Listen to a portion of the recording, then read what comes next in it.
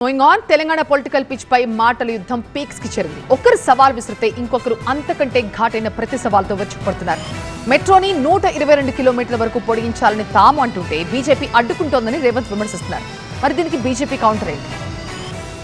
IIHM students ప్రపంచం మొత్తం ఉద్యోగాలు చేస్తూ లక్షల్లో జీతాలు సంపాదిస్తున్నారు. ఇప్పుడే చేరండి international institute of hotel management. 122 కిలోమీటర్లు మెట్రోను పొడిగించాలి, అంతర్జాతీయ నగరం చేయాలని నేను ప్రయత్నం చేస్తుంటే అన్ని అనుమతులు వచ్చినాక ఇక్కడి నుంచి కేంద్ర మంత్రిగా పనిచేస్తున్న ఆయన పోయి కాళ్ళ కట్టబెట్టి పుల్లలు పెట్టి ఇవాళ దాన్ని అర్ధాంతరంగా ఆపే పరిస్థితి వచ్చింది.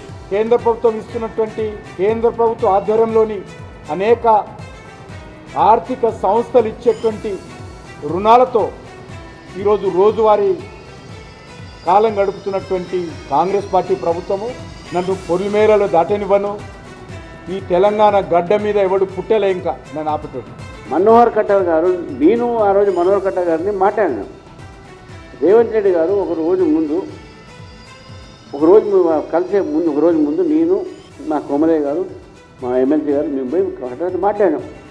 ఆయన మాత్రం చెప్పాడు హైదరాబాద్కి మెట్రో చేరామన్నాడు. ఆయన ఈయన బయటకు వచ్చి అబద్ధాలు ఎందుకు వాడుతున్నాడు? ఆయనతో బ్రేక్ఫాస్ట్ చేశాడు. ఈయన భారతీయ జనతా పార్టీ బరాబర్ తెలంగాణకి ఇలా అభివృద్ధిలో పెద్ద ఎత్తున 60% నిధులు తెలంగాణకి ఇస్తున్నది భారతీయ జనతా పార్టీ, ఎన్డీఏ ప్రభుత్వం.